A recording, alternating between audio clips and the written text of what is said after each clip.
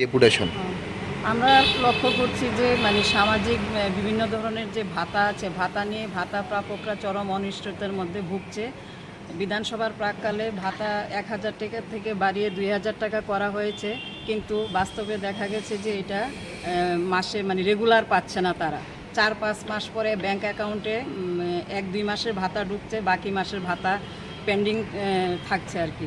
তার জন্য আমরা এখানে ৪ দফা দাবি নিয়ে আমরা এই ডিরেক্টর মহোদয়ের কাছে আমরা ডেপুটেশনে মিলিত হব, ত্রিপুরা মহিলা সংগ্রাম পরিষদ।